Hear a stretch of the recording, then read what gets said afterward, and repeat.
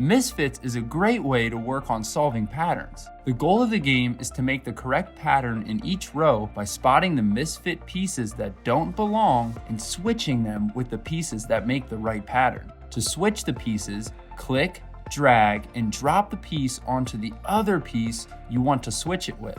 If the pattern you made is correct, the board will turn green. If it is not, the board will turn red and you'll be given a new problem to solve. When you get a pattern right, the progress meter fills up, and it takes 3 correct answers to move on to the next level. As you move up in games and rounds, the patterns will start to get a little tougher. Be mindful of the number of moves you can make before the computer checks your work, and remember to stay focused on one row at a time, even when there's a lot of different patterns on the board. We hope you have fun playing Misfits. If you get stuck or want to find out how many stickers you can earn per game, click the directions button below the game. Good luck!